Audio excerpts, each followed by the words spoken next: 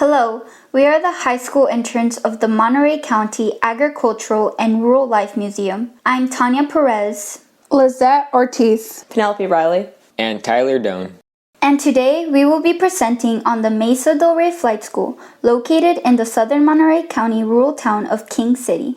In preparation for the United States involvement in World War II, the Army Air Corps began training cadets from all around the nation. Starting in March of 1941, the Army Air Corps Cadet Training Facility at the Mesa Del Rey Airport began welcoming cadets for intensive air training, which saw over 10,000 cadets come through its program over the next 3 years. Utilizing video footage donated to the museum by the family of Harry S. White, one of the 3 civilian owners to start this flight school, and an oral interview by Jack Hayes, who was a cadet in 1943, we will tell the unique story of this important piece of South Monterey County history.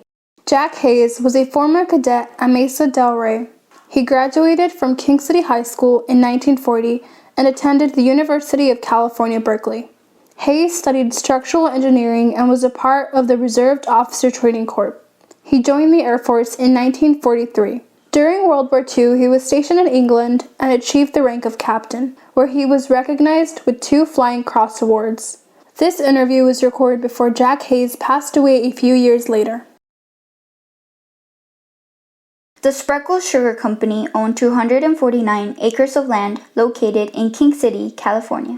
The Palo Alto Airport Incorporation felt that King City was the best location for an airport because of the mild climate and rural area. It was then leased to the Palo Alto Airport Incorporation in 1940 and was turned into the Mesa Del Rey Flight School. The flight school's purpose was to train pilots for the Army Air Corps. The complex contained 5 barracks, a hospital, an administration building, a mess hall, and 2 hangars, which were all completed in May 1941. This flight school became an important part of the World War II war effort.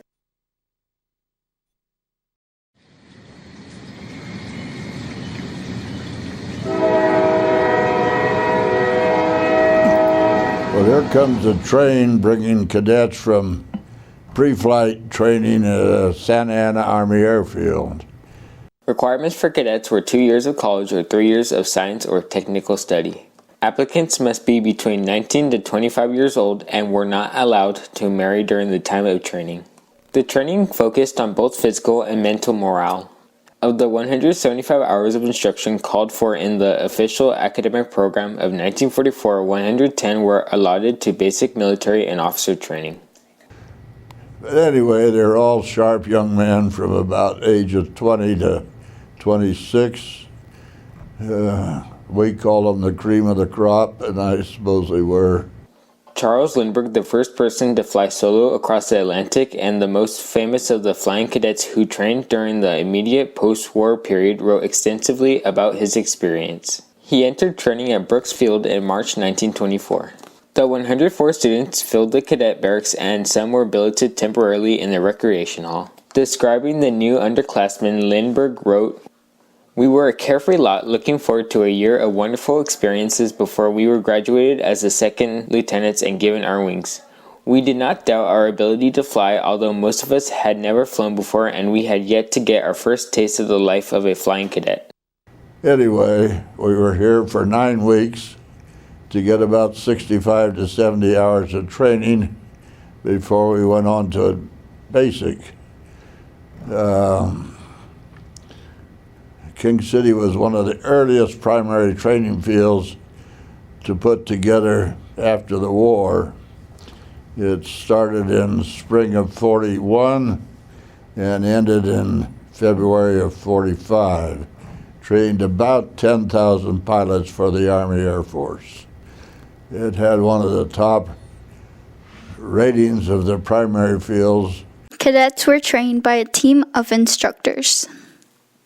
Well, they came from all over. Some of them were crop duster pilots. Some of them were just pleasure pilots. Most of them were people who obviously had a little money or a real love of flying. And some of them were really not too far advanced, but they trained them here to become instructors. But most of the original ones had quite a few hours, and that's what I think made it a good instructing team.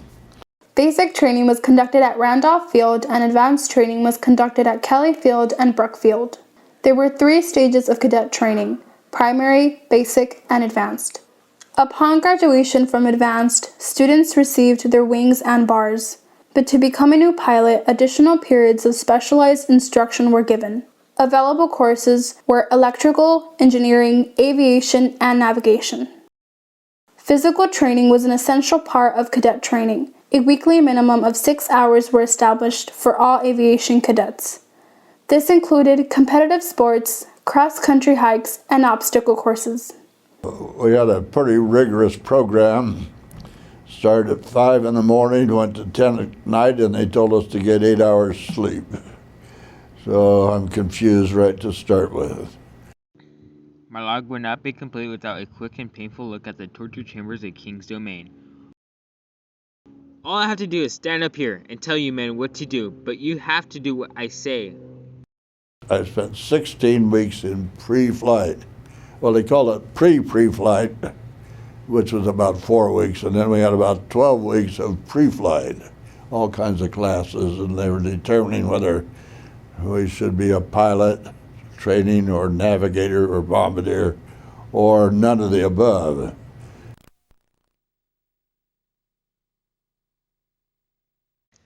Elimini.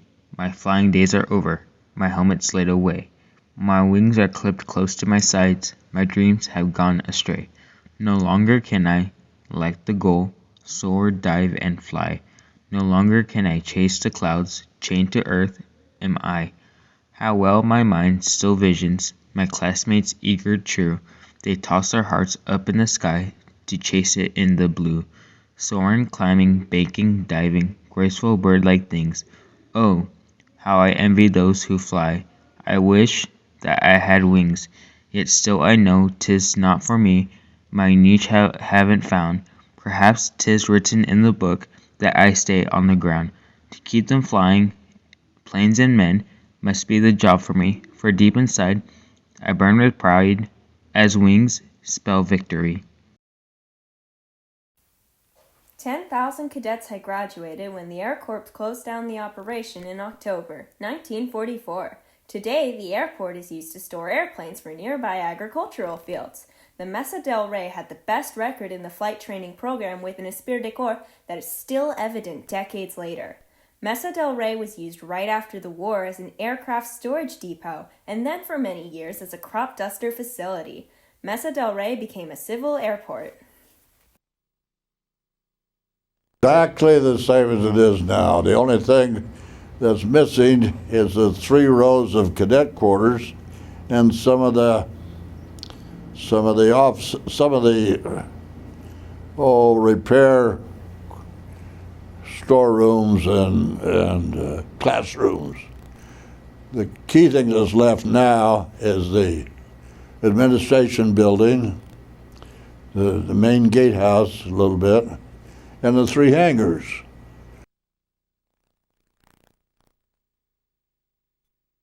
We hope that from this presentation, Mesa del Rey Flight School receives the recognition it deserves for playing a pivotal role during World War II. Thank you for listening.